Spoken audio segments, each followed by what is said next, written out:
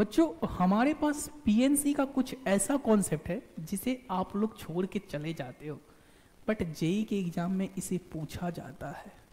तो आइए हम जानते हैं कि वो कौन सा कॉन्सेप्ट है।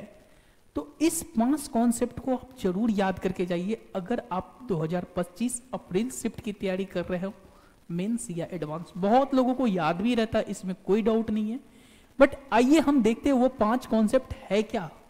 पहला कि given that n distinct point in a plane, no 3 which are collinear, कोई भी उसमें कोलिनियर नहीं है, the number of straight line का जो फॉर्मूला होता है वो NC2 होता है, और नंबर ऑफ ट्राइंगल का फॉर्मूला क्या होता है बच्चा, NC3 होता है। क्या ये कॉन्सेप्ट आपको याद होगा?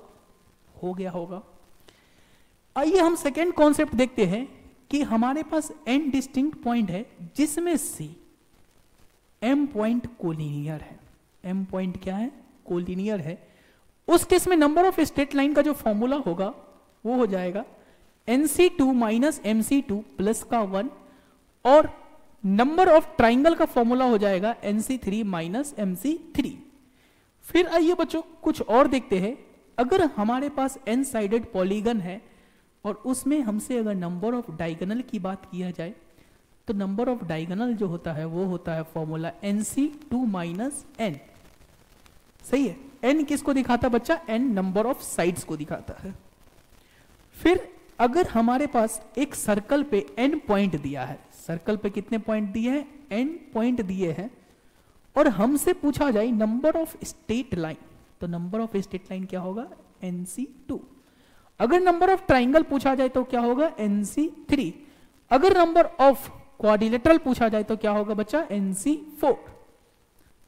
इसी तरह से हमारे पास m क्या है? m लाइन है, सही है। m हॉरिजॉन्टल लाइन दिया होगा, या m वर्टिकल लाइन दिया है, और n हॉरिजॉन्टल लाइन दिया है। तो इस लाइन से बहुत सारे पैरेललोग्राम बन सकते हैं।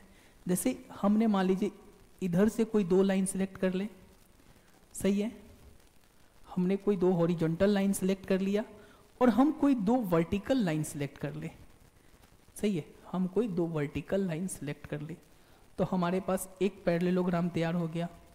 हो गया।